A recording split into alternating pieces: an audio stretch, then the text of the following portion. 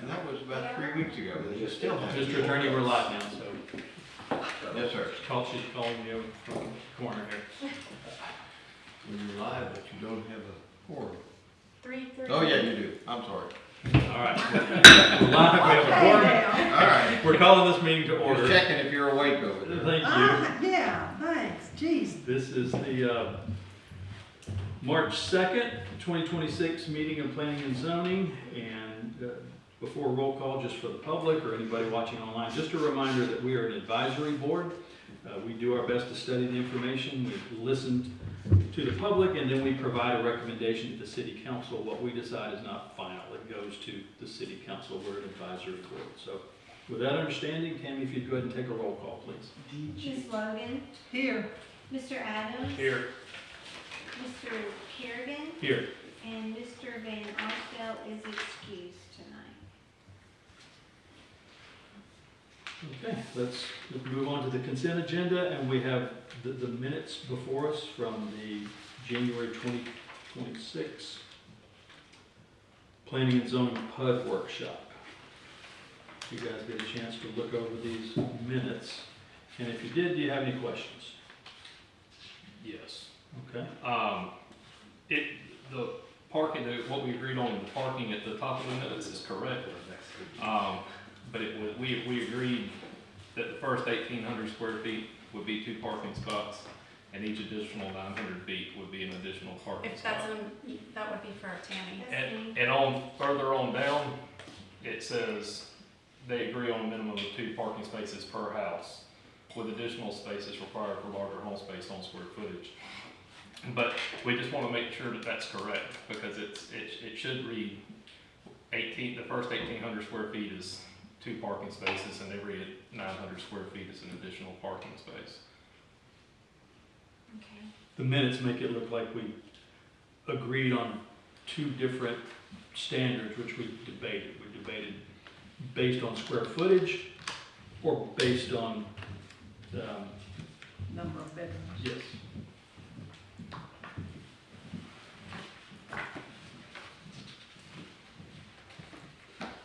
So should they take that off the consent agenda so they can make a motion to change the minutes?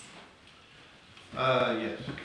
You should have a motion to approve the minutes with those corrections. Okay, are there any other questions on the minutes? No? Okay. Would you like to make a motion? Yeah, I'll make a motion that we approve the minutes as amended. Okay, with square footage. I'll second. Is that a second? You want to take a vote, Tammy? Okay. Ms. Logan, Yes, Mr. Adams, Yes. Mr. Kerrigan. Yes. Okay, with the minutes approved, let's move to the regular agenda and the Mexico Beach LDC update progress report. Is that me? Or is that you? I can start it Okay. that way. If there's any questions, I can go. We've had a lot of chatter lately about the LDC rewrite taking an extended amount of time. So I asked Laura to give me a detail of what the schedule is for completion. And you can see by her letter that she provided that Articles 6 and 7 are being discussed at this particular meeting in March. Articles 2 and 4 will be in April. 3 and 4. I'm sorry? 3 and 4. 3 and 4, I'm sorry. I left my glasses in That's there. okay. But nonetheless, the intent then is to have things ready to present to the city council in May. So we're not that far away. That's the way I understood it reviewing this. Thank you for addressing those that have already been completed and the dates that they were completed.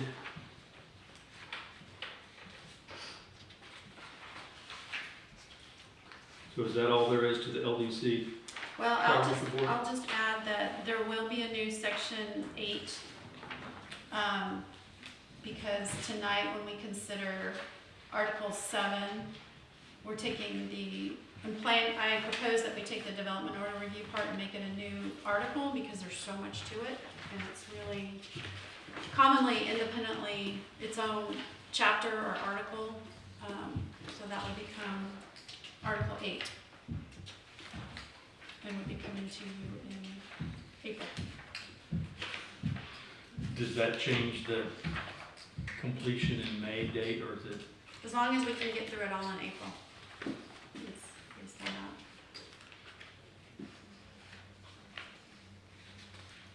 I know it's taken a while, but it's an important process, and it doesn't seem excessive from my opinion. So if we were talking about April 2020, Yeah. May 27, that would be one thing, but we're 2 months away from finishing this thing, 3. Yeah, and just as clarification too, I know that it's been talked about for a long time, and Mr. Truitt was actually working on it himself without my assistance for a while, and I didn't get started until the end of May of last year, beginning of June. So it looks like it's been, from the time you started, about a 1-year process. Okay. Anybody else have any questions on this LDC progress report? Okay. It looks like the next item is Mango Marley's sign issue. They had the city council briefly discuss this at their last city council meeting. And this was brought up because Mango Marley's, as you know, has that huge painted artwork or mural, shall we say, on the west side of their building.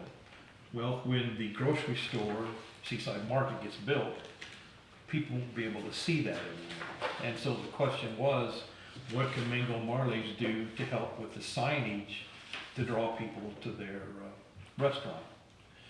So we brought up the idea of perhaps, like you see in Panama City and other larger cities, whenever there is a commercial shopping center of some sort, there's one large sign out front and has little signs about each individual shop inside that area. The problem we have, though, is that off-premises signs are not allowed, so that creates a problem. So the question was, if this is something that we might want to consider moving forward, then we need to adjust the rules or change the rules or just say they're out of luck, whatever you think is appropriate. Well, we had that sign, a big sign, I know you remember it, at the corner there, that had all of the places in the shopping center listed. It was there until it got blown down by the hurricane. Why can't that not go back up? It I was don't there. remember that. I'm trying to visualize. Yeah, it was a great big sign that had all of them listed. So I guess It was a freestanding pole. yeah, I don't remember that. It was there the whole time I was here. But so I understand the issue. The side of the building, which has been a mural with wings painted, so people will come and get their pictures taken there, Mhm. it is going away when we put a grocery store there. And the concern is that people will miss Mango Marley's now without that side mural. Is that the concern? Yeah, their restaurant becomes less obvious because that was such a large sign. So why? I don't think, personally, and I'm in the design business, I don't think of that as a sign. That was a mural that enhances maybe the decor of a brick wall, but I don't think that, the sign is the great big one on the front that says Mango Marley's with lights on it. Like Kathy's Ace Hardware has one of those, and other places have one of those, so. My opinion, it being the only just about sit-down restaurant in town. Now you can go to Forgotten Coast Brewing, and we're about to have Beach Bear. I think there's pretty strong awareness that it's there, and it's pretty close to the road with a front-facing sign. I thought, I looked for this issue because it wasn't in the packet. There was nothing in here, and I thought maybe there was an issue with the sign affixed to the front of the building, like perhaps its square footage exceeded the requirement. Right. But I'm a little surprised that the loss of a mural would somehow equate, someone would think that that was going to lessen the foot traffic of Mango Marley's. Well, that mural was there, it's been there for a long time, and even when what everybody used to know as the Purple Bar, which became multiple other things, of course. The one where the market is going, there was the vacant lot in between for years and years and years, that vacant lot there, so that you could see the mural on the side of Mango's. So I understand the draw that has for them, but I go back to the question. All of these years, we had the big sign out at the sidewalk that listed each each business had a sign. I'm with you, Lisa. I'm agreeable to doing something, but I did watch the council meeting, and I think they asked Mr. Johnson to get with the grocery store and Ace and the people in there and come up with something that's agreeable to all of us. And so I think that we're putting the cart before the horse. I mean, what are we gonna decide here? I mean, if they can get together as a group, the people in that shopping center, and bring something to us, I'm very agreeable, like, especially now if you're saying that there was a sign there previously to hear something, but I don't even know what we would decide. I mean, but like there's, Well, that's why you didn't see anything on the agenda more than Yeah. what was there. I just brought it up just to get it on your radar, Yeah. as this might be coming down. Well, I'll try to dig back and figure out what was there, first of all, because I can't visualize anything, and 2/3 of the P and Z right now can't visualize anything, and you're saying even if we could, the current LDC does not allow off-site signage. Correct. Or on public property. And the matter of replacing the mural, the LDC does have a maximum square footage of signage per, Building sign. so I'm not sure if it was even compliant with the mural on there, but I'm not sure that matters. We need to look at what should be allowed, whether it's any business in Mexico Beach. Visualize Forgotten Ghost Brewery's sign that's Yeah. out there. Monument Okay, sign. that's what the shopping center had And where did it sit? at the corner of 98 and, what is that, 32nd Street there. At that corner, and I couldn't tell you, it was on the parking lot side of the sidewalk, but I couldn't tell you specifically where, but it was at that corner. And it had every business listed, and I know this, not only was it always there since I've been here, but my friend owned the last bar that was there, and I helped her design the sign that went up there. So it was there, and there was like 5 or 6, I remember. Tracy, what's her name, had her beauty shop. Well, that was a different sign, but they all had their little signs there. The top one was bigger, and then the others were Is smaller. 32nd Street on that side of the hardware store? No, it's on the other side where you go It's on the out, side. where you go out. 32nd, Because 33rd. there used to 32nd be, Street. where the commercial building is now, is getting built. Tracy used to That was have hers. 2 buildings that each contained like 3 different Yes. units. Yes, That was the Woods property, and they, beauty salons and tiny Uh-huh. sandwich shops and whatever was in there, there was probably some and signage out they had a there. big sign there too. I just don't remember one on the other side that said Mango Marley's and Mm-hmm. Purple Bar and whatever Mhm. was in that area. It was there. Okay. So that seems to me to be the logical way to give everybody an added push, is to have it out there wherever it can go closer to the highway and have everybody listed.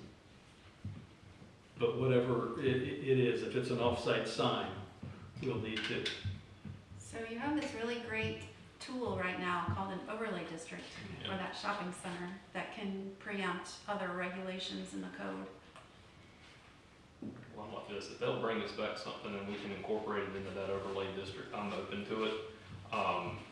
But what I also don't wanna get into is Mr. Johnson comes with what Mango Marley's would like to see, and then the grocery store comes back and wants something different, and then Ace Hardware wants something different. I would like there to be, at least be some agreement amongst the owners in that shopping center as to what they would like to see there, or at least a consensus, going forward. I'm not against it, especially since there was one there, but, if we can do it in the overlay district or there's an avenue, I'm happy to look at it. Who owns the dirt where the pedestal sign was before? Well, since I can't remember specifically where it was, I can't answer that. But if the city owns where the parking is, maybe it was there. I can't tell you. I know that it was between the sidewalk and the actual physical asphalt parking spot. That sounds like city property there. Yeah. So I would suspect it was on city property. Well, brings up a different issue, but typically on a shopping center area, you would have a pedestal sign with the little signs like you're talking about. But it's usually provided by the developer of the shopping center as to a location for that pedestal sign. And it's typically not provided by a city, so. But the city owns a shopping center and, Well, the city has an overlay district on that center, but it doesn't own the individual parcels within that center. It owns the parking lot. it owns the parking. Right, I understand that, but that typically would not be something that a city, like you go out to Edgewater Shopping Center, the city's not got a pedestal sign, the shopping center has a pedestal sign, and it's on shopping center property. But yet again, Mexico Beach does not march by the same rules as everybody Well, I else. So we understand have to look at what fits Mexico Beach. I understand that, I'm just telling you from a legal standpoint, typically, the city would not be providing dirt on which to build a pedestal sign. Because if you do it for them, the next person that walks in is gonna say, well, why don't you do it for me? Well, closer than Panama City, I understand that Panama City Beach might not be the example you want to go by, but Port St. Joe has that same type of pedestal sign out. It's called the Port City Shopping Yes. Center, featuring Piggly Wiggly and Blue Water Outriggers and cutting up and whatever's in that, but that sign sits on someone's property. Probably not the city's property. Okay. We'll await further information from Mango and the other people in the shopping All right.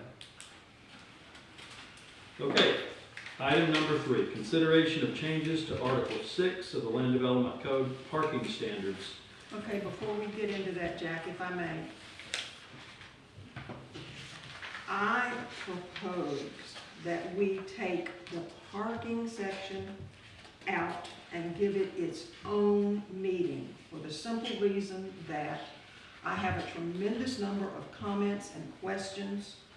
We've put this in here with multiple other things on the agenda, and I believe that this item that is so important to the city, parking is our number one problem, and it deserves to have its own time frame to talk about it. And I would very much like to see this given its own meeting, where we come in at a second time this month, like we're supposed to have been doing for the past year, and discuss this without feeling pressured to get through the parking section and move on to everything else. So that's my proposal, to move it.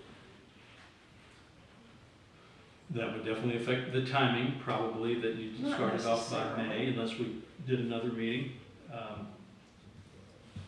There's only 3 of us here tonight, but any thoughts from you on that? When I came in here, after watching the last couple of council meetings, and there being some discussion about the length of time things are taking, I can only speak for me, but I'm open to meeting on the first and third Mondays. I'm available, so, if it helps out, I'm available to do it, What would, if we entertain that idea, what would that look like? How would it affect this meeting? Well, we would table Article 6. And it would have to be March 23rd if we're looking at a meeting in March for me. And I will be gone March 23rd. But let me point out that it is not necessary for anyone but the planning and zoning board members to be present for the discussion. We are capable of doing this.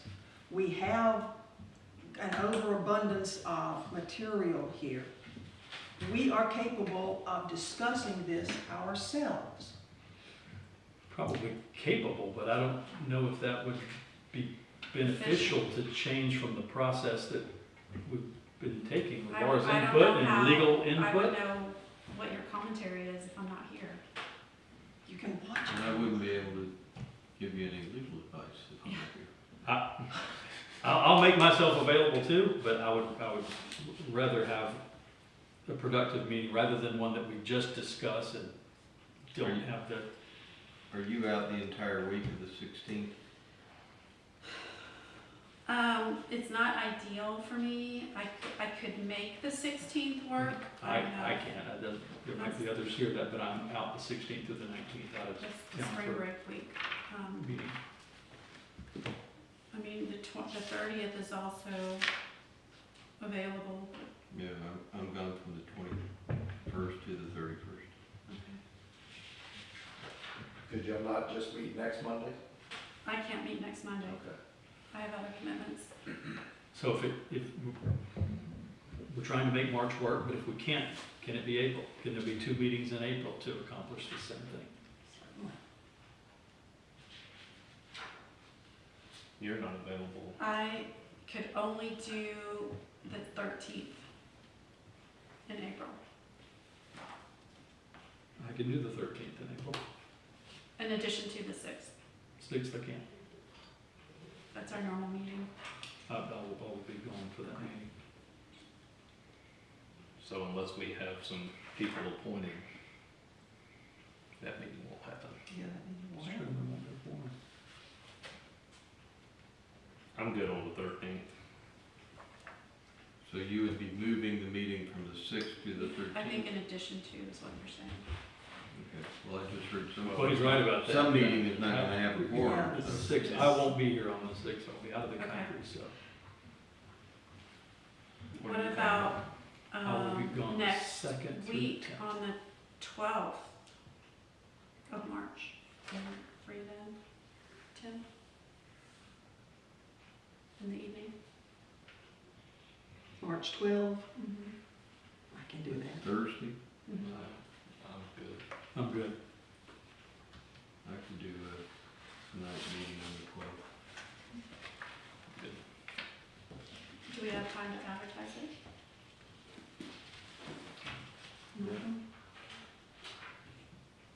It just takes 24 hours. Okay. Yeah, we're just gonna you're gonna discuss the parking only, correct? Mhm. Jack, one of the things you want to remember when you do this next one, is that the city council was overly concerned with parking on the right-of-way on 98.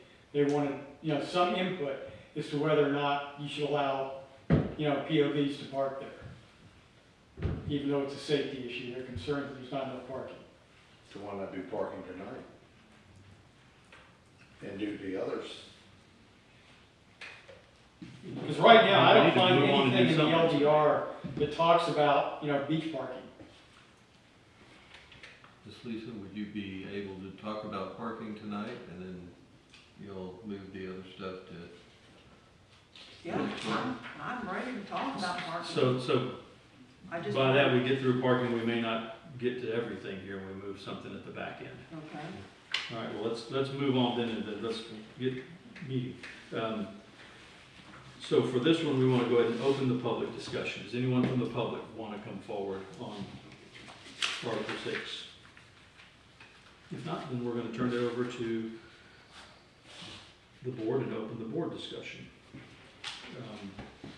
And Laura, you probably need to kick us off on this. Sure, I can do that. Okay. So, as this is a strike-through and underline version you have in your packet that shows the proposed changes. As we discussed in previous articles, many of the definitions have been moved to the appendix. In this first section where we have a listing of some definitions, the 3 that are highlighted were not moved, just that's an indication for me to remind you that gross floor area, shopping center, and State Road were not moved. If there is a strong opinion about moving those, we can talk about that. But State Road, I don't believe needs to be defined. It's an FDOT road, is a state road, it's kind of self-explanatory. Shopping center, we just need to understand the intent, and then in addition, we need to understand where it would be used in this section or in the code in general. And I don't recall, other than the overlay district, using the term shopping center. And then gross floor area, I haven't been using that term. I've been using the term, a term or a description that refers to the heated and cooled space of a building. So we just need to understand, we need to make sure we're using relevant definitions when we include them in the code, and if they're not relevant, we shouldn't be including them. So that's the explanation on the definitions section. Starting on page 6-3 of the stricken and underlined version, just redefining the purpose and the applicability and adding language about the ADA parking standards and conformance with that, and discussion on the non-conforming structures and uses and what exceptions we will have regarding parking standards. That's all new language. Moving that existing structure and uses language that's stricken into the section prior and condensing and being more efficient with that language. And then we move into... What page are you on now? now I'm on page 6-4 of the Okay. stricken through version. And now we're getting into the table of parking requirements that I'm sure we'll want to discuss individually as we move through.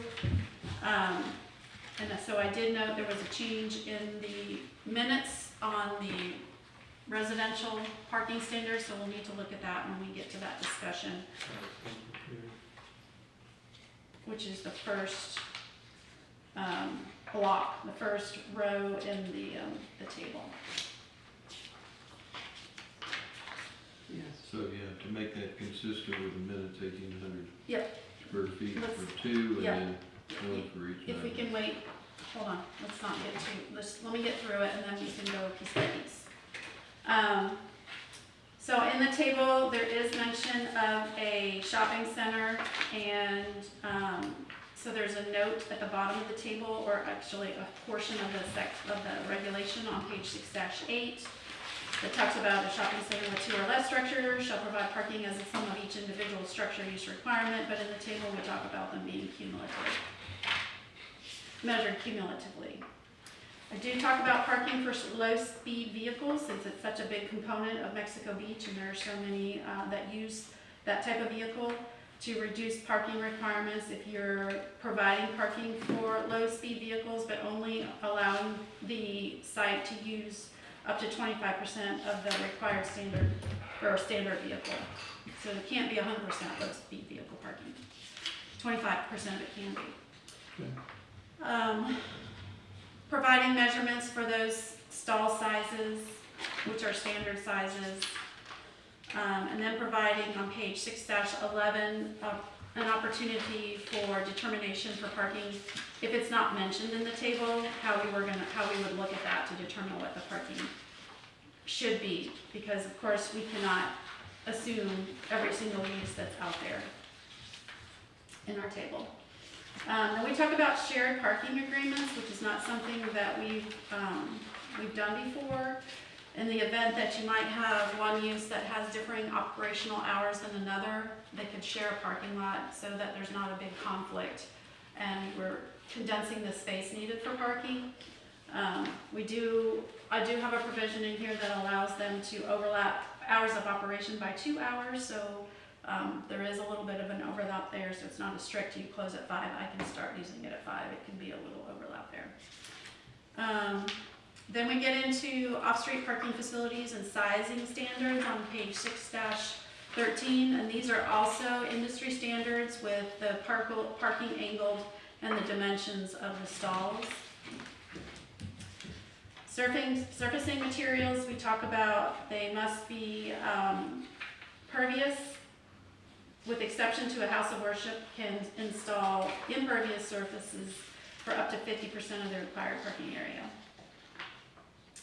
Primarily because they're not used on a 7-day basis. And then we go into the landscaping requirements for parking facilities and talk about garbage dumpsters, signage of the parking areas, setbacks from the property line, which we don't currently have, so we do require now a minimum of 3 feet from the edge of the parking, paved parking to the property line, and that also that no vehicles can overhang into somebody else's property on the parking facility, which we don't have currently. And then we require bicycle parking facilities for, based on the size of the structure, and we provide ratios of bicycle parking space per 3,000 gross floor area of non-residential uses. That probably should be heated and cooled space, since I just mentioned that earlier. The gross floor.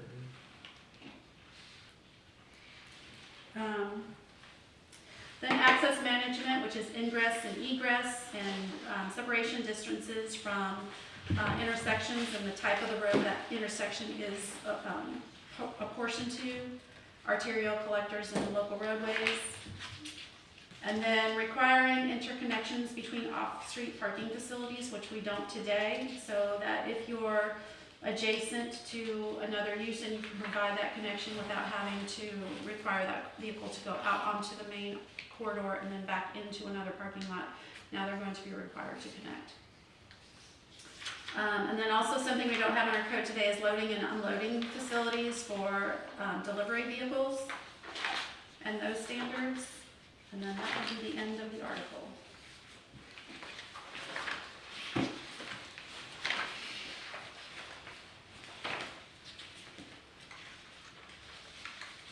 Okay, now you said you wanted to go back through it in detail, right? Well, so I know that there's going to be some comments on that table 6-1. So I know Tim was making some comments regarding remote meetings, the meeting minutes. So I just didn't know if we wanted to take comments in order or if we want to discuss them at will. I think we should just go straight through this whole section. It would make it easier, because I have I agree. all of these things All right. marked. All right, Well, tell me what page you're on. Starting with 6-4 for me. Okay. That's where I was. all right, let's start there.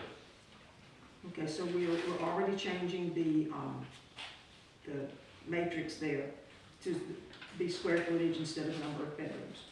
1,800 square feet, you get 2 parking spaces, and every 900 square feet over that is one additional. Of conditioned space, yes. Excuse me? Conditioned space, Yes. yes. Okay. What if you only have 1,400 square feet? You still have to You have gotta have 2. two. Still have Anything 2. up to. Well, we need to say a minimum of 2. So let's make sure we're clear on that one, because that was the big one last time. It's a minimum of 2. If you've got a 850 square foot place, you still got 2 parking spaces. 2 parking spaces up to 1,800 square feet. Yes. Beyond 1,800 square feet, every additional 900 square feet requires another parking space. Yes. So to be clear, 1,801 square feet is 3. Just want to be Yes. clear on that. 2,700 would be, Yeah, I just don't want somebody coming here and say, oh, well, my house is 2,695 square feet, I should only have to have 2 parking spaces. I want it worded to where as soon as you go over the 1,800, you're triggering another parking space. is that good, Laura? Mhm. You got it? Yeah. Okay, Lisa? Okay, on the next page, 6-5. There are a number of places here and on the following pages where it's 1.25 or 2.5 or 3.5. What is with these half parking spaces? And this was taken, originally it had everything in whole numbers, 1, 2, 3, whatever. So why on earth would you want to start counting quarter and half parking spaces? Well, for the same reason, you're not gonna always have a round square footage number. You're not gonna always have 1,000 square feet. You're not gonna always have 15,000 square feet. You might have 15,025.5. It's just a math problem, and Well, it's not uncommon for parking to be counted this way. but we don't go in and have a half of a parking space. We No, have you're round, you have to round. one parking space, or 2, or 3. And I see no reason to do it that way, because it doesn't matter if it's up to X amount. If it's up to 3,000 square feet, you can have 2,984.5 square feet, and you're still gonna have to have that requirement up to 3,000 square feet. So to make it so much simpler, and to make, in my opinion, to make it make sense, these should all be whole numbers. And I see no reason to be saying that the minimum space required is 2.5 spaces. Really? Yes, it's common. Well- I'm talking about the reality in Mexico Beach. Yeah, it's No, the reality. So I haven't done the math on multiple increments, but if this is common, a common way of measuring this, and the building department is not gonna allow someone to have 2.5 spaces. No, It will you're have not to be gonna have 3. space. yes, so why not But say? they might let you have, like, on the 3.5 spaces, But they when might you- let you have 7 instead of having to have 8. You have to understand that no building is going to be axed in exactly these increments of per 1,000 square feet. You're not gonna have a building that's 3,000 square feet. You might have a building that's 3,225 square feet. So it's just math. It's Yeah. not, I don't It's have a not- problem with it if it's been yeah. applied elsewhere, and we can, Like, I'll make an example, like the RV park. Well, it's 0.5 per pad. Well, it's easier to say that than 1 parking space per 2 pads. It's the same difference. just say math. Y'all are making this way more complicated than it needs to be. I disagree. Is there a note that you round up? No, but there needs to be. So the 2.5 becomes 3 in reality. Well, then why don't you freaking say 3 instead of 2.5? well, in his, Because the square footage of example the that, building is variable. I just explained, it doesn't matter. it's also not hard, it's to interpret this. It's what? It's not difficult to apply the math to this and see the number of spaces that are required. Surely they have bigger challenges when Well, the building department is enforcing other things on a full project. I can see that we're not going to agree to disagree, and I'm being Okay. outvoted, so. All right, so but we should have, it should be clear that you need to round up. Round up. Yeah.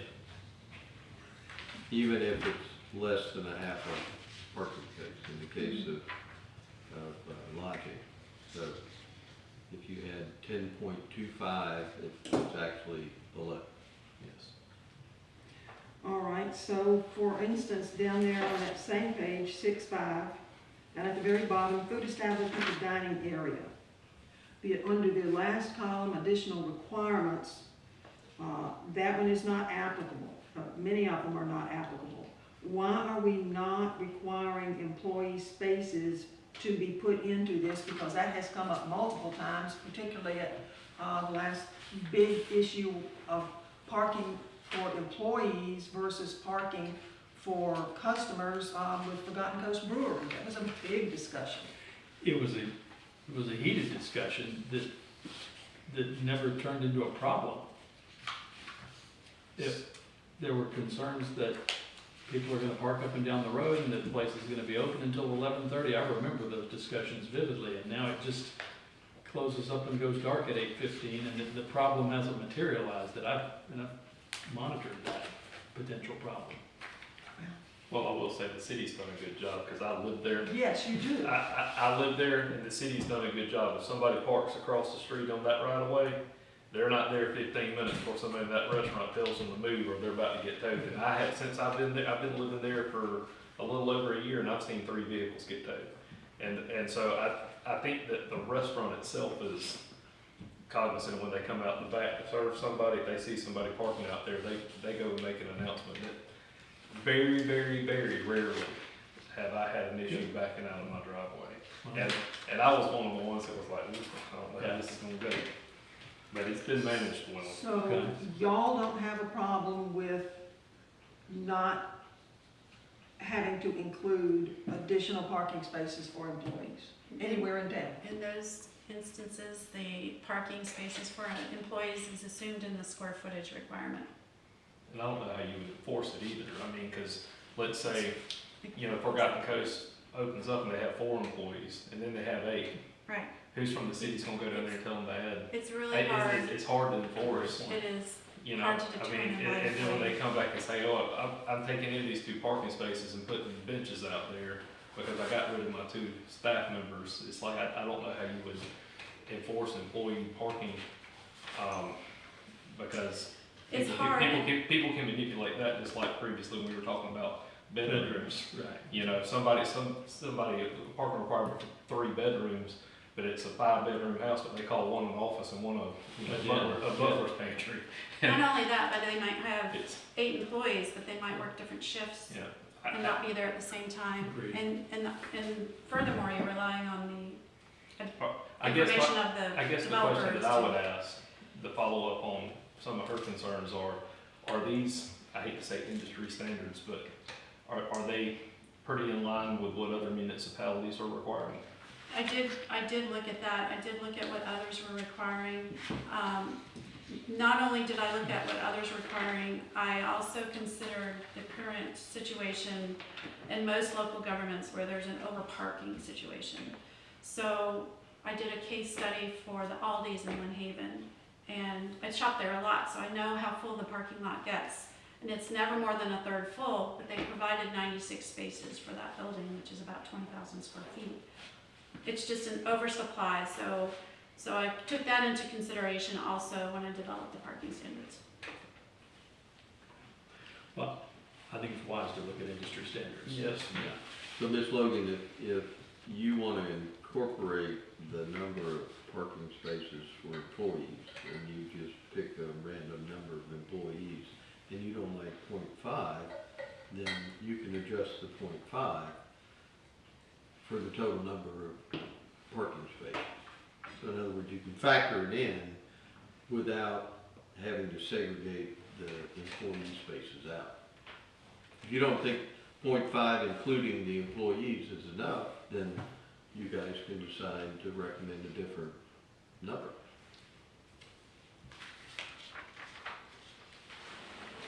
Okay, we're looking at 6.6.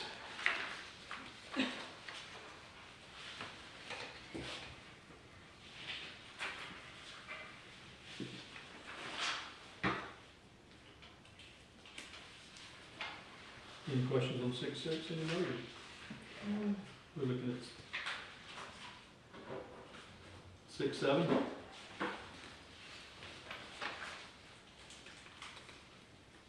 My questions were, on both of those pages, my questions were still focused on the fractional requirements, but Okay. since y'all have obviously gone past that, it's nothing with no importance, I guess, so, I wouldn't say it's no importance, but do you have any other questions in addition to that one that we should hear? no. All right, on page 6.8, public-private marina. Does the city even currently meet whatever this is proposed to be? A half of a parking space per slip? How many slips do we have? Mel, how many slips do we have? Off the top of my head, I couldn't tell you. Look it up. I'd say, if I had to take a wild guess, I'd say 35 or 40. In that range. Please. So that would mean That would mean that we need 20, 20 places, and I would, we don't have 20 places at the marina to park. So, the private marina or the no, public? the public marina, which is Canal Parkway. So there's probably at least 10 spaces, maybe 12 on the far end. There's a few spaces along the side. And now there's another lot across from the Welcome Center that probably has 10, I haven't counted, but Which is supposed to be used strictly for the people who charter trips on the captain's boats. That's what that's originally for. What about the St. It Joe? used to have a, and used then to have a and then sign. you have the big St. Joe parking lot that, again, that was one that everyone thought was gonna burst at the seams, and I've never seen a car out there, but Okay. Maybe And 4th of this- July will change things. This parking standard is unchanged from the current Okay. standard. Well, and if you've got a concern about regulating public, marinas, maybe you just have it be private marinas in the language. Do we have any private marinas? Yeah. We have the one right, Mexico Beach Marina, right beside the Shell Shack. So you could just delete the word public from that. But do you need to, if there's not a disagreement with it? I mean, there may. Well, I don't want the city to potentially be in violation of its own Okay. ordinance. But but I don't think you could, well, I'm not gonna say never, but you've got the big parking lot that St. Joe just donated Mhm. that will give you ample supply. Well, they never signed the agreement, didn't they? No? No. It's supposed to be temporary anyway. Yeah, it's a temporary parking space, so I would think you might want to delete public from that. And I parked there Saturday, by the way. In the big lot? Yeah. All right. So. Thank you. Thank you for your service. So is there anybody have a problem with just removing that and making it just private marina? Okay with that? All right, let's do that. We're gonna remove public from that. Gotcha.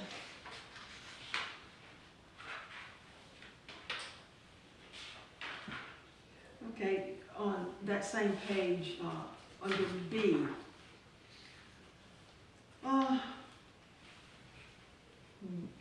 Give me an example, please, of when the uses in a mixed-use development would be a quarter-mile radius of each other or greater than a half-mile radius. This was confusing to me.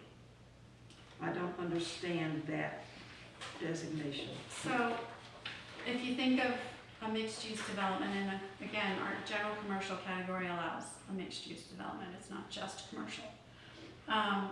The premise is that you could park once and walk to differing uses within a certain radius.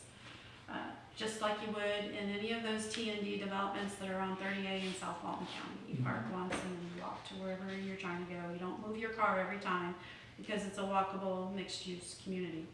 So the intent is, because you don't have to go from Mango Marley's down to Centennial Bank because you can park once and walk, you don't need a parking space, as many parking spaces, because you're just parking the one time and you're using many uses from that one parking space. I've seen that in plenty of examples up in there. And that's probably a little further than a quarter mile. Mango Marley's is Centennial Bank, but yeah. Sure. This is only a quarter mile. Well, the example was in that case, you would have to park and have to have a parking space at each location because they are so far apart. Okay. Yeah. Understood. Thanks.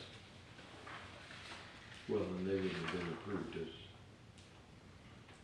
No, I was Without just using that parking. as a space example, distance example. Yeah, if they showed up at the same time.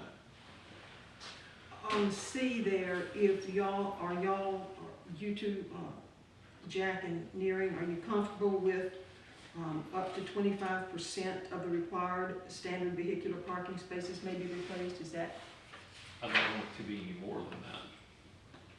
And I would ask where that number came from. Is that best practices? No, because it's a new thing and not many communities allow the replacement. But because Mexico Beach is unique, I thought it would be a good idea to allow the low vehicle parking replacement. Because you're a small community, you're a beach community, Mhm. there's a lot of those vehicles around. It's not, I can't And it find, allows for- there isn't an industry standard and I can't find anywhere else that allows it.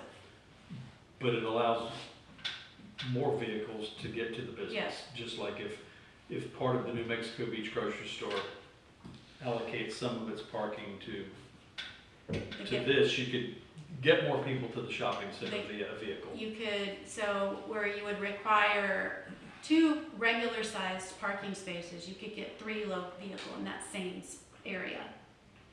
So you get to maybe meet your parking requirement with the same amount of space if you're allowed to count smaller spaces. But here's the kicker in Mexico Beach, you can't drive a golf cart along Highway 98 to go from one end, stores down there to stores down here, so. Well, this is not for This a is golf for- cart, this is for low-speed vehicles, which you may Okay. call them a golf cart if you see one, but they Okay. meet the It's requirements. Street legal, Yes. okay. Yeah, you're right, if they don't meet the requirements, the sheriff's gonna get them pretty quickly. So you're comfortable, you're both comfortable with 25, that just I seems wouldn't want it to awfully be more than high. that. It just seems high to me. Since parking for cars is the major issue, not low-speed vehicles. But do you think a business would do something that hurts themselves? Well, I think it's more to meet the parking requirement. You have such small lots. Yeah. But the problem with this one we've been looking at recently is the amount of parking they have to supply in this small lot. I know it seems petty, but I like 20% better, because if I pull in to a grocery store and there's 10 spaces. 1 out of 4, like 1 out of 5 seems better than 1 out of 4 Yeah. to me. You know, out of 10. You're gonna pull You know- into a grocery store and not have any parking in a little while. Yeah. I get it. If you're concerned that 25 is too high, let me do a couple of case studies for you, like this beach store I'm that's not, coming I'm in not down the against it. street. I just wouldn't want it to be more than that. I like 20 better. I like 20 better I too. like 20 better. Well, let's change it to 20. We're, All right, like you and said, the I'll source still is look pulling at it it out just of to the- see if that's a practical number. I'll give you some. 10 parking places, 2 of them are allocated. 20%. Yeah.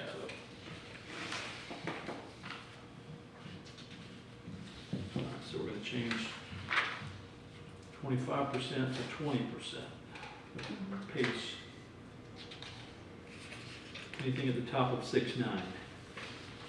It's just basically the dimensions of those. Okay. So basically, those dimensions are 2 normal parking spaces turned into 3 LSD Right. spaces. Okay.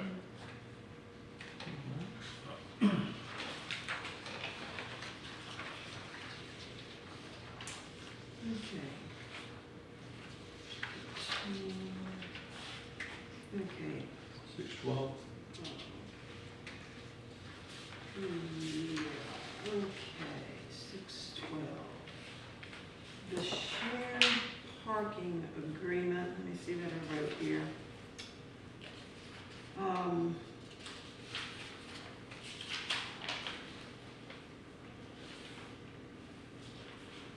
Okay.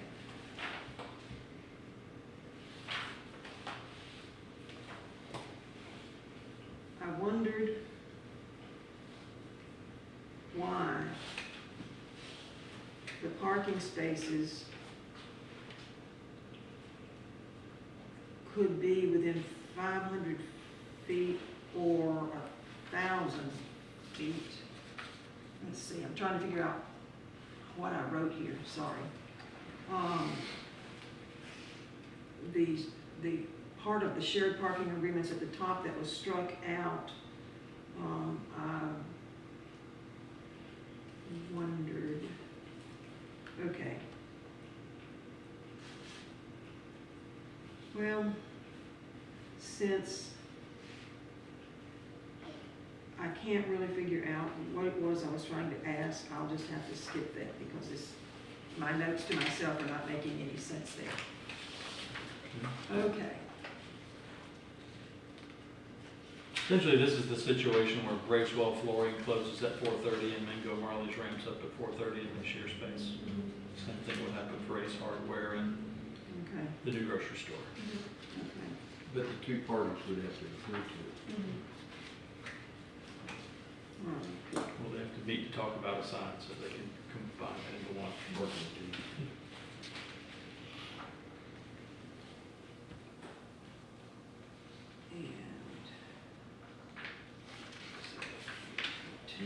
Okay.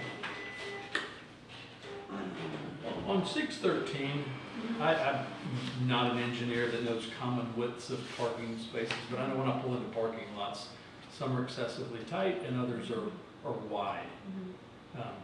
Where do these fall? These are actually industry standards that I took from, I'll have to go back and look, but it is not not my concoction. You didn't pull that one. No, I did not pull that one out of the air. I think there's actually a parking standard book somewhere, it might be a transportation engineer book, that I pulled these from.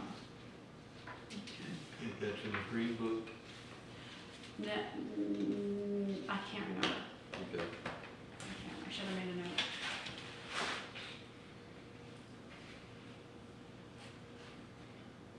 On 614, number 2, that's been struck out, spaces for handicapped parking. Where is that replaced anywhere in here? I couldn't find. 614? On Number number 2. Change the word, didn't you handicap to ADA? Yes. But this gives the dimensions of it, and it's been struck out, and I just wondered, was it replaced somewhere? Yes, in the beginning, it talks about all parking facilities shall be required to provide the minimum of that which is required by the Americans with Disabilities Act sorry, I can't speak tonight. Accessibility standards for parking with the parking stall sizes, markings, and signage required by state and federal laws. Okay, what page is that, if you will? 6-3, section 6.00.03. Thank you.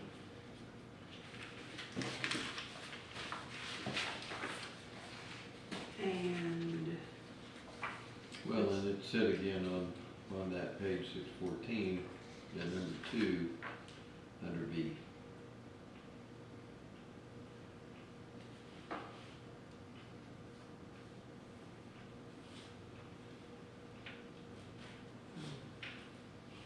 you lost me. It said under B. Under B2. Where it says, and constructed according to the ADA parking Oh, standards. okay, I see what you're saying. Okay, in the middle of the page on 14, where it says, under surfacing materials, single-family residential located on individual lots have the option of either impervious material for the required parking spaces or using crushed shells, gravel, blah, blah, blah. Grass and sand should also be included in that, but my question is, it says the option of either installing impervious material, but the impervious must count toward the total impervious of 40%. Should be pervious material. Excuse me? It should be pervious material. Oh, okay. No, wait. No, they can. No, it's right. they can report Installing right away. impervious material for the required parking spaces or crushed shells, gravel, or, yeah, impervious is correct. This is, I think this part is talking about the materials, Yeah. not the pervious percentage. Right. You can use a pervious material or concrete driveway, or you Yes. can use gravel. Yes. Yeah, but do we need to add like pervious pavers? Because I don't know. Yeah, that's true. You know, crushed shells, gravel, or other similar dust green materials. Well, we could, but it could be considered other similar dust-free materials. I would say that pavers are so popular in this community, you might as well go and speak to them in this place. Okay. I would just hate for somebody to think that it was not Not allowed. allowed when, So, Ms. Logan, is your point that whatever, if the parking uses impervious materials, that has to be added into the total impervious to determine And the ratio? yes, and my concern is that that would get overlooked in this. So, engineers don't typically look at it that way, but we can ask Anchor how they handle it. Well, if you pour an impervious driveway or parking area, that counts as part of your 40%. Yes, correct. absolutely. Well, I know, you know, I'm in the process of designing a house, and when I went through engineering and brought it to the city, they asked, like, what type of material, you're limited to this much impervious, you know, Right. paving. So. But did I understand you to say, Lisa, that you want the crushed shell, gravel, and other pervious pavers to be considered part of the impervious calculation, is that what you were saying? No, The impervious material Yeah, would be no, part I of had just, yeah. I had said grass and sand are the most common. And you've got crushed shells, gravel, and other similar dusty materials. Grass and sand is the most common, so does that need to be added to that or just left alone? Do you want them parking in the front yard without any designated area? Are you kidding? Go look on my street, it's all over. My question is, do you want them doing that? No, none of us wanted it, but it It's hard to happened. count grass and understand where the parking, how many they're supplying. Yeah, somebody can count the whole yard. So, That's a great point, when we're trying to enforce parking, well, that's just all that grass over there, or all that sand. So I would, I guess what do you want to see? Are you wanting people to be able to count their whole front yard as spaces? No, in fact, that didn't even enter my mind when I said that. I'm saying my driveway was always sand until Michael washed grass crap into it, and now it's half grass, half sand. Has always been my driveway, all the way down in the parking area in the back. So sand and grass are the two most common materials all over town for parking areas. My question was, did we need to just say it can be I don't know grass? that they're the most common all over town, maybe in a part of town, but I don't think they'll be the most common going forward as properties are replaced. I think when people are building, there needs to be identifiable parking that's not just grass. I mean, if somebody's, we got 600 lots in this town. that This are is for eventually going- future development, right? You're not gonna go down the Yeah. street and say, you have to Correct. move because you parked on the grass. So out in the future, I would like to make sure somebody actually does a driveway that doesn't have a mud path to a brand new house because they ran out of money or So whatever. if, in the future, if I were to come in and I had sand, you would want me to have something else? If you built a new house. Well, I'd at least want you to have something there, some type of That material there designates that your parking. designates that is parking. Well, So up for your until Michael, neighbors, it was that way. It was grass and then I had a sand driveway. I'm okay either way, I'm just saying if we're gonna count grass and sand, somebody can literally say, count the whole front yard. right, And so somebody's gonna build an 8-bedroom house and all of a sudden, I know that you're also required about these large houses, well, they could just count their whole front yard. yeah, I think that's not consistent with what we're trying to do on parking, okay?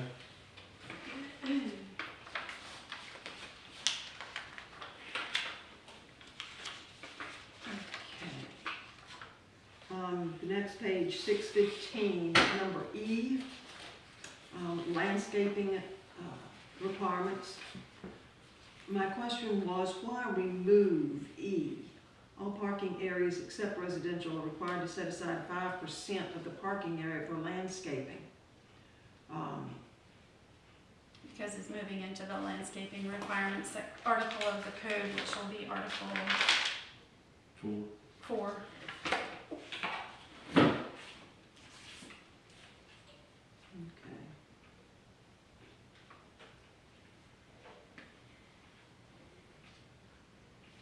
This is just telling you to reference that section, Yes. or then That's the reference the landscaping pervious section. calculation in another section, right? Right. All right. Okay. in F, are you capitalizing the word garbage No, for a reason? No. That's why I no, didn't, I thought maybe that's a defined term. It's a proper noun, that's better garbage.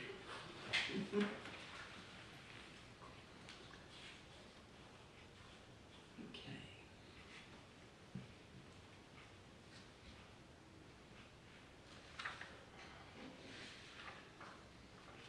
Okay, I was curious about, on page 16, the bicycle parking section. We've never required bicycle parking, have we? Don't we think don't we have. require it today. So,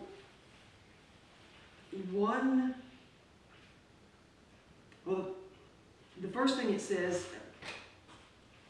allow the bicycle to be locked to the structure at the front wheel, the frame, and the back wheel concurrently for each bike. The way I read that, you're supposed to lock your bicycle in 3 places to something. You're Is supposed that to what be you're able to. saying? You're supposed to be able to. So the structure that they install for the bicycle parking must be able to lock all 3 parts of the bicycle. So somebody doesn't steal a back tire, or somebody doesn't steal a front tire, so they can lock the whole bike to the structure. Makes sense. Well, if I have a bicycle, I'm certainly not gonna be locking it in 3 places. That's Well, crazy. usually A lot of- cable. It's a lot just of a cables are that cable large that can go that around. winds through and you lock it. I have one. Okay. And some people have the D ring style, but Okay, then 1 bicycle parking space per 3,000 gross floor area of non-residential use, and 1 parking space per 10 residential attached dwelling units for the common area. Mhm. 1, that seems to me like that's an incredibly low and number to have. 1 for every 3,000 For every gross 10 floor units. area, and 1 for every 10 houses? so how many square feet? So we're removing gross floor area anyway. Yes, right? heated and cooled area. So the new grocery store, Mhm. what is that, 9,000 square feet? What's Ten the- Between 9 and thousand 10. 10,000 10. square feet, so they would be required to have 3 or 4 bicycle spaces? If they were being permitted today, Mhm. if this passed. Right. But they're The not gonna question fall is, do you all under- really want to require that or suggest that? I think it's a suggestion that benefits the city. If a person can ride a bicycle, bicycles are popular, Mhm. there's a plan in place perhaps to widen the sidewalk. We'll see if that happens or not, but that is something that's being considered, right? So there would be less vehicular traffic, more pedestrian and bicycle traffic. It seems like a place to safely lock and store your bicycle makes sense.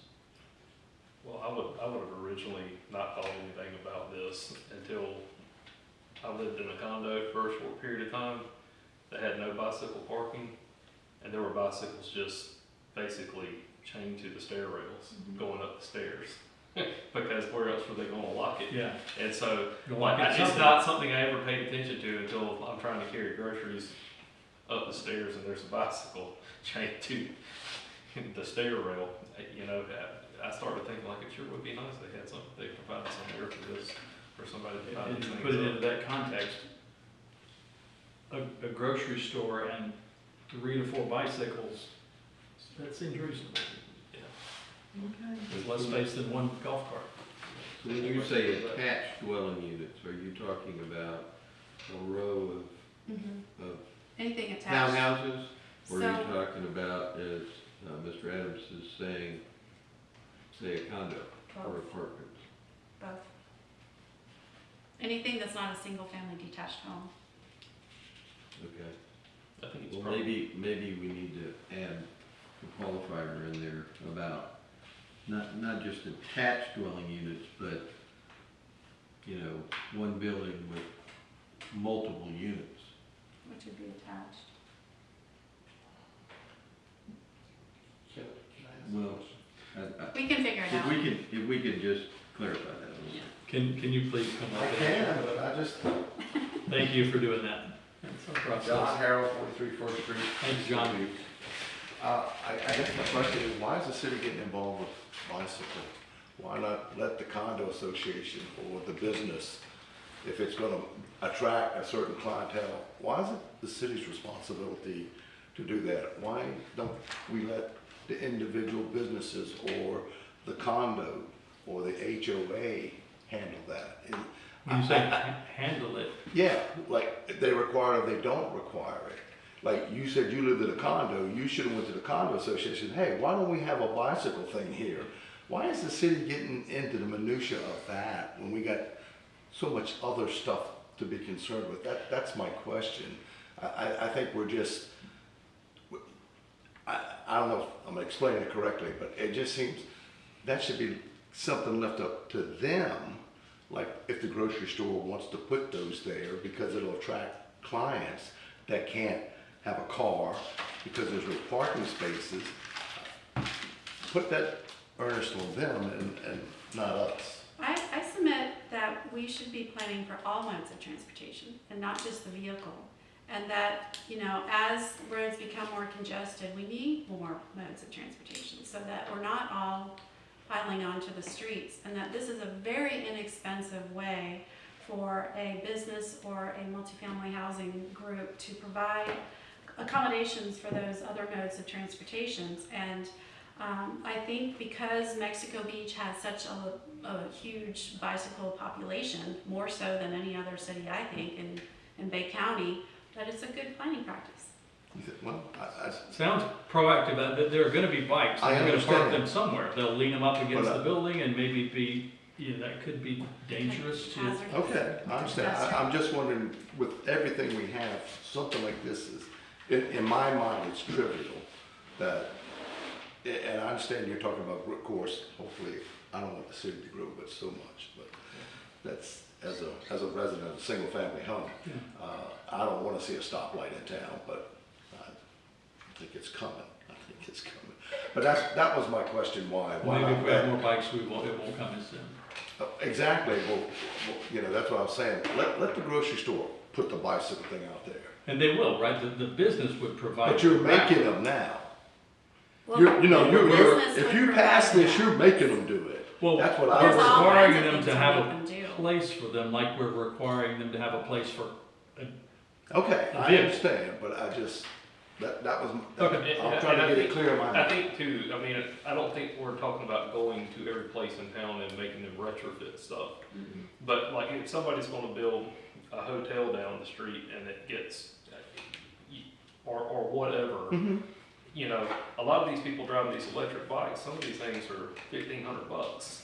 And, you know, I would rather them drive their bike down there and leave me a parking place. No, I understand And that I'd like point for of them to it. have somewhere to lock it up.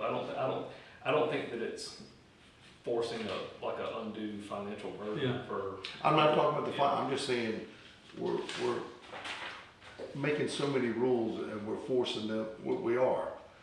When you change this, you're changing it. They're gonna have to have it. They're gonna have to have the bicycle rack. So- the question is whether we want them to have it. Right, And and it we're sounds like we're we- Well, and responsible for the that's- health, safety, and welfare of our residents, and this is part of it. No, I understand that point, but I'm thinking that these businesses should wanna do it on their own to attract the business. And But if I they know what don't- you're saying. I'm still arguing about the $15 fee for the golf carts. Okay, all right. Well, thank you Thank for your you. input. Thank Sure. you. All right, what do we have next?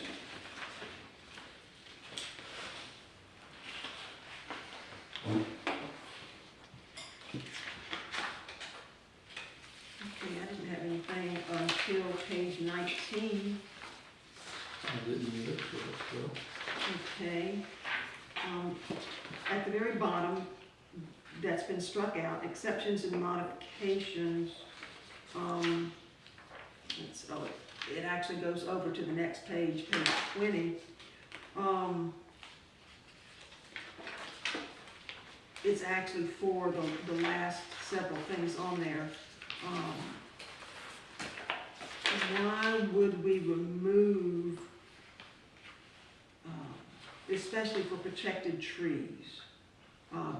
We have a real problem in this town. We have completely ignored all of our regulations on protected trees, and I know because I've been watching them go down.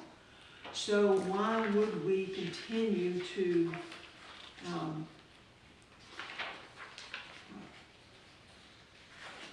remove, especially for protected trees? Let's see. Are you still on 19, Lisa? Actually, it goes over to page 20, sorry. Okay. Down, let's see, B, 3B1. Conform the areas to comply with this code, continue using for parking, remove the paving, and use as grass overflow parking. reduction in the number of parking spaces required for the purpose of saving a protected tree as set forth in the tree protection section of this code, which we have not reviewed. One required surfaced parking space for each full 10 parking spaces may be waived if that parking space, well, actually, I see now, I misread it, so we would not be removing, yeah, we're taking out the requirement to protect the tree here, it's been struck out. Is there any protection for the trees that has been put back in another place? So this, I think that's a good idea to make a reference to Article 4, which will talk about the landscaping and protected trees are talked about there. But I think it makes a good reference to refer us to that article. Regarding the non-conforming, that is covered actually in the first part of, on page 6-3, under 6.00.04, that talks about the destruction by in excess of 50% of the fair market value at the time of destruction shall comply with the requirements of this article upon reconstruction. So that's covered there, but yeah, I think there, we need to have an exception. We would have to comply with, not just this article, we would have to comply with the whole Sure, code. this is just So- talking about parking. Yeah, Yeah, but it's saying that we're not gonna give them a reduction in parking requirements to protect the tree, correct? It's Well- not about you can cut the tree down. right. So I think that there does need to be a modification here regarding that.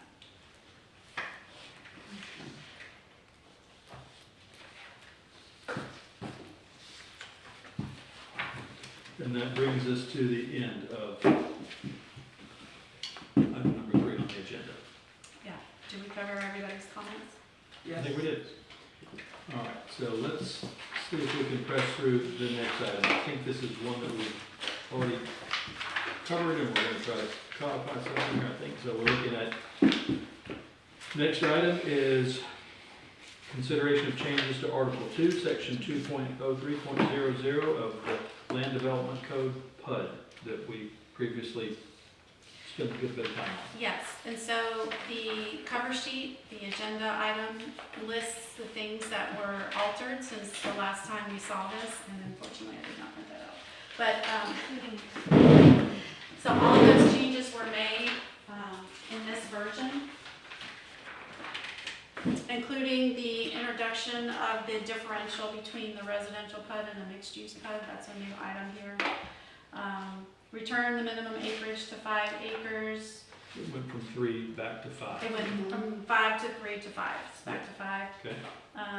Mentioning that accessory dwelling units are a housing type that cannot be included in the mixture of housing types option, and primarily because the legislature in recent years has been considering amendments or preemptions, I should say, to local governments regarding ADUs. So I just was trying to make sure that we could accommodate more than a couple different housing types in the mixture housing types option. Your recommendation to change the height from 20 feet to 10 feet in section 2.03.05, part C was made. The phasing schedule was altered to allow 30% development within the first 5 years and a 15-year build out from 5 years and 50% completion in a 10-year build out. And then added a reporting element to the city council if a minor modification is approved administratively by the city administrator or their designee. So those are the changes you recommended last time and are included in this version.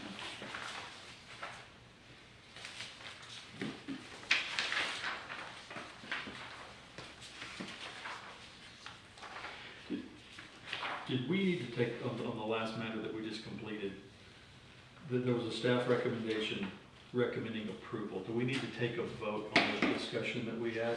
So that's a good point of discussion, because what I had been anticipating is just bringing them all back to you with the changes at the end And have one. and have a final vote. Yeah, just wanted to clarify, so thank you. It's just so I'm Yeah, capturing. and particularly since there were a number of changes that were discussed that would need to be made. Mhm. trying to encapsulate all those changes. Into a complicated motion. Good. So I think here, I probably recommend for approval, but, just to make sure that you concur with everything. Okay, so we've read the summary. We have 9 or so pages on that. Do you guys have any specific questions? I just want some clarification here, if I Okay. may. Go ahead. On page 3, PUD 3, Mm-hmm. C, I just want to make sure, on the cover sheet here, it said ADUs are mentioned as a housing type that cannot be included in the mixture of housing type options.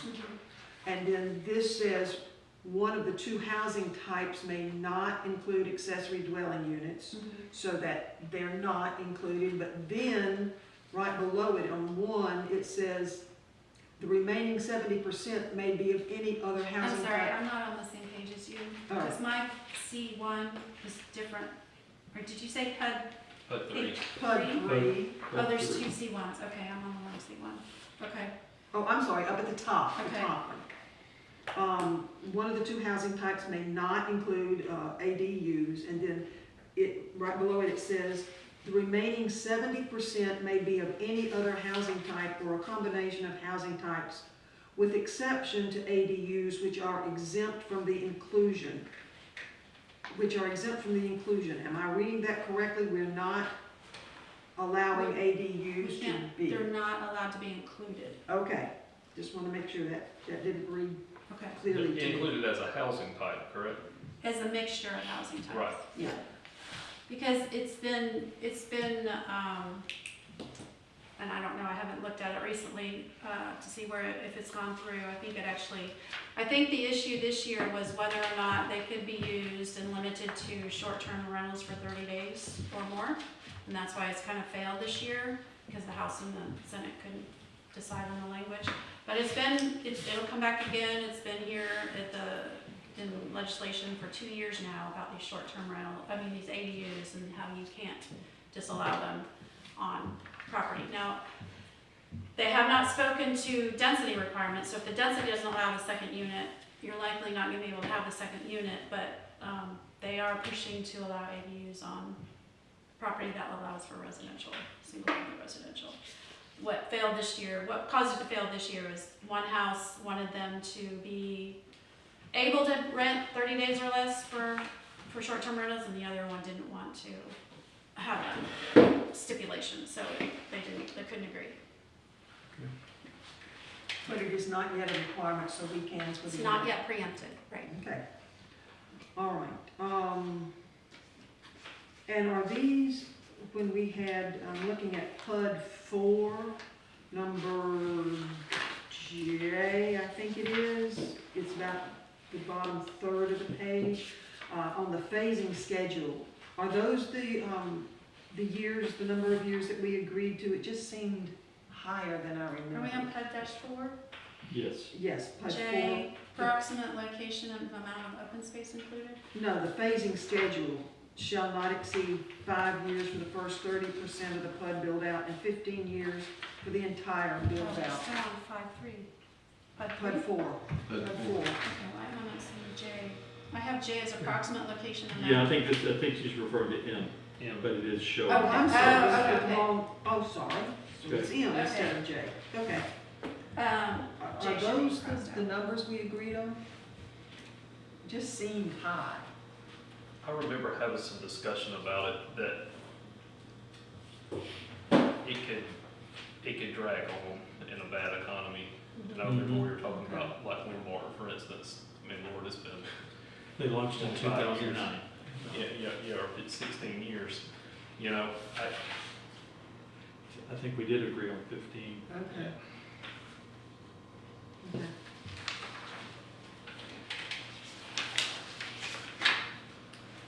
I guess the question would be, what happens if they don't meet the schedule though? Good question. Do we need to put the penalty in there? I Well, don't know what you're gonna do to penalize them. I guess you could revoke the balance of the PUD. You could do something. No problem. Just to give it teeth. Doesn't that require a hearing before This the isn't next saying, this is just talking about the phasing, so when they come in, we need to go back to the PUD application this is the header for this. So under PUD application, they have to include the following. They have to include a phasing schedule, and the phasing schedule they submit to you cannot exceed 5 years or the first 30% and 15 years for the entire build out. So that's what they have, that's their limitation on what they submit. Now, whether or not that is followed through would have to come later in the regulations as a penalty section. You have it in here, you think? I don't. I'm sorry, I couldn't hear you and her at the same time. I'm sorry, I was just saying that. If you'll come up just like John did, please, just do that, and then we'll, then have comments after that, we'll take it one time, but we're supposed to do that. So should we somewhere in here have a penalty? Well, you know. Well, okay, so if you go to page PUD-6, number 3, part B, in the middle of the page, the entire PUD, including any and all phases, must receive final development order approval within 10 years. That means they get 5 more years to build it. They get the development order and then they build it. From the date of the first development order is issued. If the PUD has not received a final development order for any or all phases, then the entire or specific phase must be processed as a new PUD and will be subject to any new regulations adopted since the original PUD was approved at the final detailed PUD stage. They have to start. So what's going to say for any of our phases within the 10-year period?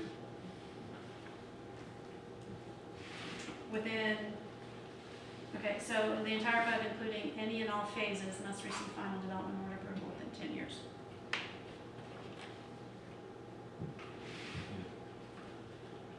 Just put the 10 years in there somewhere. Okay, sorry, I didn't. For the sentence that says, if the PUD has not received a final development order for any and all phases, don't you want to say within the 10-year period? Are we back on page PUD-3? I'm in that same section you were just reading from. It says 10 years. The first sentence says 10 years, but the second sentence doesn't include a time frame. Okay, I within would 10 years. just add I got you. any and all PUD has phases not within received the a final 10-year development period. order Within within 10 years. Within the 10 10-year years for period. any and all phases.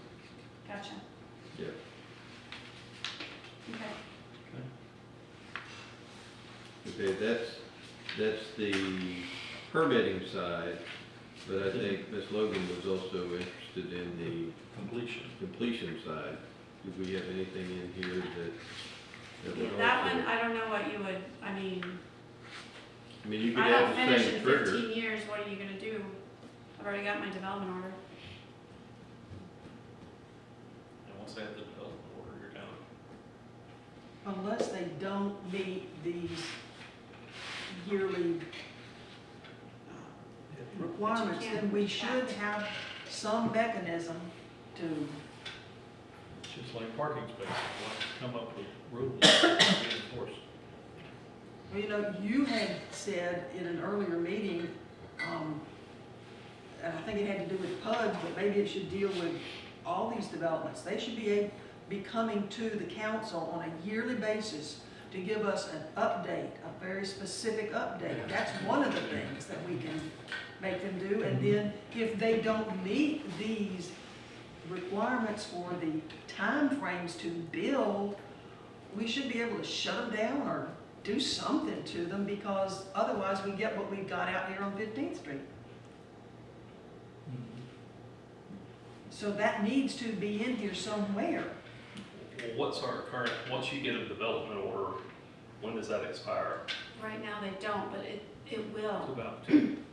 It will in the new language, I'm sorry. And so the expiration of the development order, so basically you just don't. 6 weeks, is it 6 months? 6 months. 6 months. The DO expires in 6 months, but it can be renewed. Right. So They- Yeah, so if they came in within the 10-year period and applied for the DO, the council would have to basically continue it for 5 years to even get to the 15 years. But I understand what you're saying, Ms. Williams. I think at the end of the day, the effect of it could be the same as what you have there if you didn't apply for it within 10 years. The effect of it could be then PUD terminates for any unbuilt portions of any unbuilt phases. Something, we need something with teeth in it, and do we have to can't we just say you can only get, one renewal on your development order, and then you better start over again? I mean, can't we not keep just giving development orders every 6 months if they don't do something? What are you gonna do if they built 90% of it? Well, then they can operate with 90%, and if they don't continue to build it, then they lose the rest of it. The Yeah, rest of it's the phases. infill in the center of the development. Yeah. I mean, So- it's, So the phases, so I think we're talking about two different things. If they come in and they don't apply for a phase such that they don't build the entire phase within, or they don't apply for a permit within the 10 years, and then they don't complete it within the 15 years, then are you saying that all future phases, not that particular phase, but all future phases would have to start over?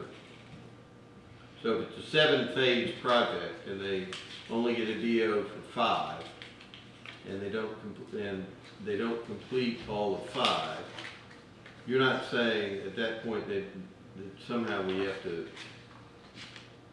take the unbuilt portion of 5 out, but you just want to stop 6 and 7 from going under the same phase PUD and have to start over again? Is that what you're suggesting? That's a possibility. My concern is, we all know that we've got developments that have gotten development orders, they've started, they're in various phases, and then they quit for whatever reasons. There needs to be some type of mechanism to stop the developers from just sitting on a half-built lot somewhere in town. And it goes for 10. The View down there, it stayed empty for 10 years before they ever finished building it out. The dirt piles on 15th Street. I mean, look at it. We don't have any way to make the developers do what they came and got development orders to do. I'm saying we need something to make them either finish the development whether they want to or not, or give it up or something, because otherwise all we have are developers who walk away from projects and we're left with the garbage. I don't know what the mechanism is. I don't understand the law well enough to know what we can and cannot do, but developers should be held responsible for anything that they start. Then they have to finish it within a certain time frame. Or maybe we put a lien on it, maybe we claim the property. I don't know, but I'm sick and tired of seeing developers come in and walk away from half-assed things. That's what I'm sick of. We need as a town to stop that. I think no community likes that, and it happens. It's not just here. My concern would be, in the case of Windmark, it was launched in 2009, and probably just within the last 5 years has it gotten Yes. a pizza place and an ice cream shop and a little craft bar. Those things happened when the economy supported it. In the case of the new St. Joe property, that I think in the phasing, commercial as it sort of the latter part of the phasing. But we want that to happen. I wouldn't want them to walk away from it. We got the residential part down, but we're not gonna finish the And actually, that brings up a very good point, because what they brought to the city down there at St. Joe was not what they built, and they started changing the phases once they started building, and we've gone through at least 3 iterations of their development plan down there. And they kept saying, yeah, we're gonna build commercial, and now it's not gonna be built. It's gonna be contingent on the market. Well, I'm sorry, if you get a development order for a certain thing, you need to stick to that. Well, isn't that also up to the city to accept or reject that? They accepted it, but then they got a development order and they changed it, and I'm saying that there ought to be something in writing. Well, I think that you do have to be aware, I mean, like, any property owner, you know, the economy can take a dump, and, I mean, you know, you could have something like COVID happen, and I wouldn't want the city saying, hey, we're gonna come take your property because you're not completely fast enough. I mean, I think you have to be reasonable, but I don't know what reasonable thing you could do and remain reasonable, other than, you know, hold your elected. I do like the officials idea accountable. that the communication with the developer Yeah. and requiring that An annual report. annual report, annual review. I think just the communication is going to Start those conversations. exactly bring up those conversations and let people see that in the beginning, when you apply for this development order and are accepted for it, you're gonna be held accountable once a year. So don't, Then let's put that in there. Or is it already in there and I missed it? no. There's not an annual report. Is 12, We have to be careful about what we talk about if we're trying to abandon a PUD because they only develop so much of it, because there's loopholes there. Yeah, And I the don't- developers say, well, I don't really want to build this commercial, but I'm gonna get approval, and then I'm just gonna stop, and they're gonna abandon me, and then I don't have to. So you gotta be careful Yeah, about don't how you disagree. I phrase- think we've moved on beyond that one if we Yeah. can get the 1 year in there. even if it's 18 months, something. No, make them come in every 12. That's Well, not asking. I think just a Like, report, I don't know if they physically need to be here, but they should supply an annual report on the In status. front of the council, not just some written report they hand in to an administrator. Well, if they live in Seattle, that would be kind of hard. So Yeah, I would like that. I'd serve on a board at Gulf Coast State College that requires that, and the CEO of Burke Construction will come up and stand before the trustees and Yes. say, I'm sorry, we're behind, that's on me, that's my team, here's our plan. That's exactly what the very least we need in front of the council, so that it's in the public, and the public has a right to know. what do you do if they don't come and give it to you in person? Then, again, I don't know the legalities, revoke whatever permits they've got until they get in here and do it. Take a look at Okay, can we, all right, thank you. All right, what's next? We're back up to 7? Yeah, I've got some issues on 7 that I need to talk to Laura about. I don't know if you want to go through part of 7, but when we get over to the administrative hearing process and the appeals, I need to go over that with Laura. 7.03.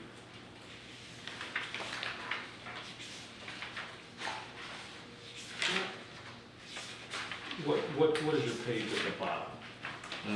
7-15, Oh, let me, 16 and 17 and 18. oh, wait.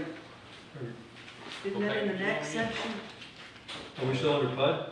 No. You Oh. said we moved on to Oh. chapter 7. I think Oh, it No. was PUD 7, that's what PUD it Oh, was. I'm sorry. I thought That's you were okay. talking about going to chapter I'm 7. ready to go with you, so, I'm ahead of you. Way ahead. I was like, I'm lost here, I'm not seeing it. Let's go back to PUD 7 if we can. Okay, what do you have on PUD 7? Under the dedications, I know that it mentions dedications somewhere, shoot. It's struck out, but it's, Dedications are in that bottom. yeah, on page 7. And dedications are mentioned somewhere else, and now I've lost where you put them.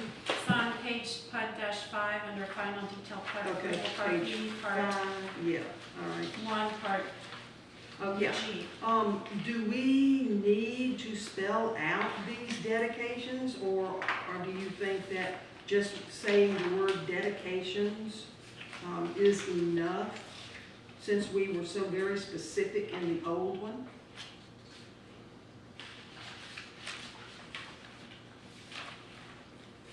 I think it's sufficient, because I don't think you're going to always have public school purpose dedications. I mean, there could be things, the reason why I don't like to list things specifically, because if we don't list the thing that comes up 5 years from now that we're not thinking about today, it could be argued, well, you didn't mean that, you only meant these things that you listed. So I try to be a little more broad in that regard, so that as it's applicable, we can consider whatever dedications come forward. School concurrency is something that will have to be considered in most subdivisions or PUDs. Whether or not they have to We don't have any schools, provide for that, but the Bay District School is gonna, but they go to Gulf County here. that's true. Okay. So, Okay, that makes sense. all right. Okay. That's all I had for PUDs. Okay. All right, well, we are going on an hour and 3/4, and we decided to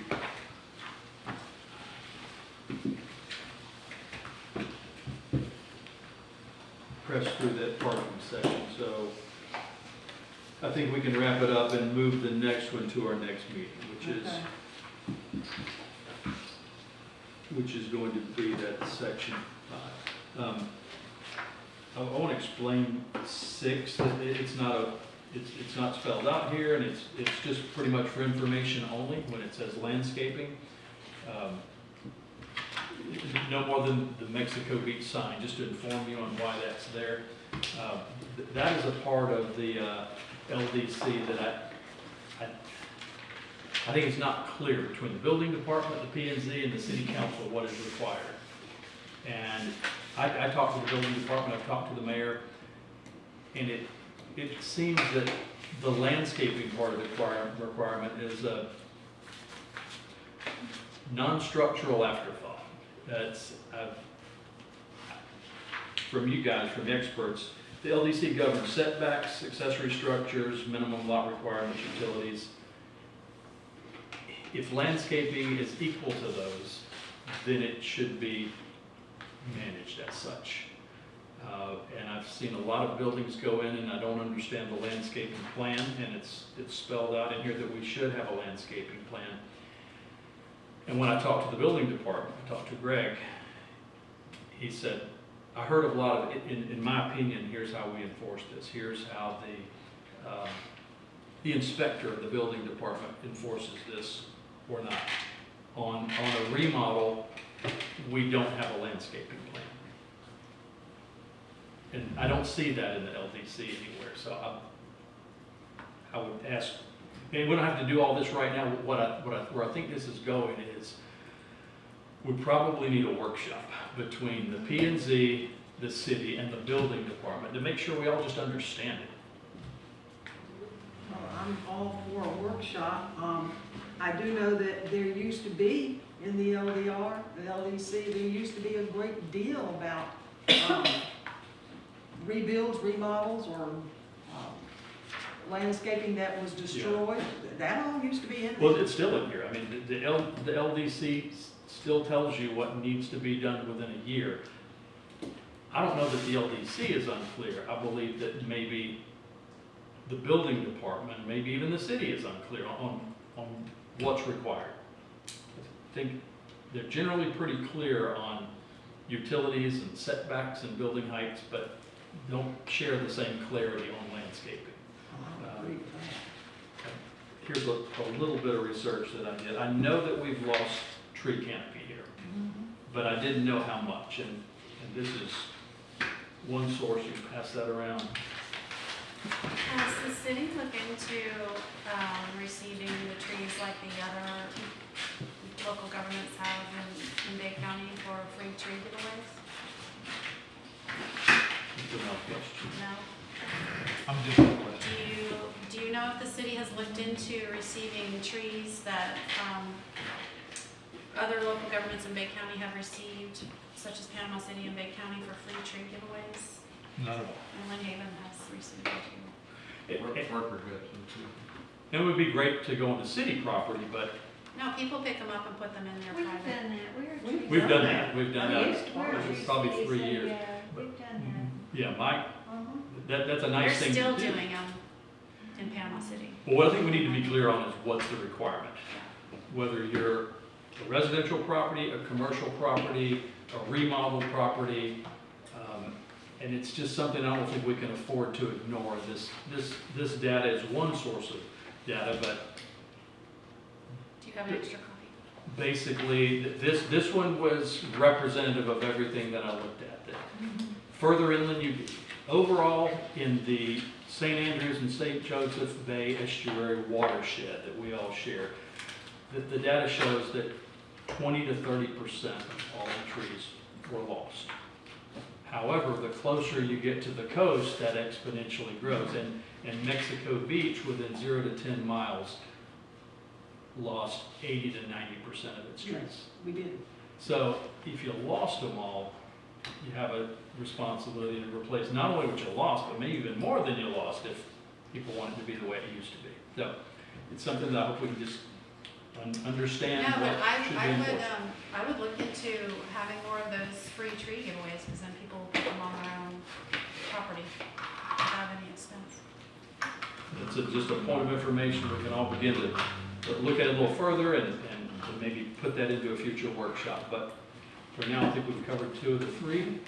So would someone like to make a motion to adjourn? Do we want to set our next meeting before we? Did we set that? Not officially. We didn't, okay. Was that for the 13th? Is that what the date we were? 12 is what you said. April 12, March. March. Next March week. 12. And if you're not gonna be here, we need to make an adjustment for next month.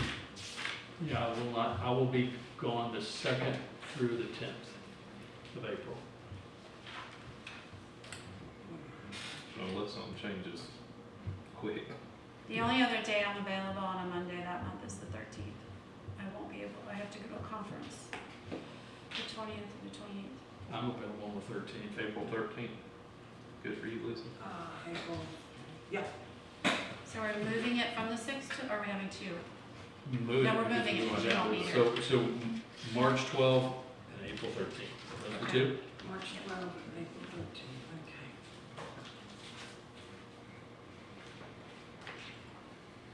And we will be on daylight saving time because that changes this coming Sunday. Okay. Yep. Well, I'll still be dark and really. All right, with those dates established, would anyone like to make a motion? I move we adjourn. I second the motion. All right, we have a motion, we have a second, we're officially adjourned. Thank you. All your time going through these And we're details. Bye.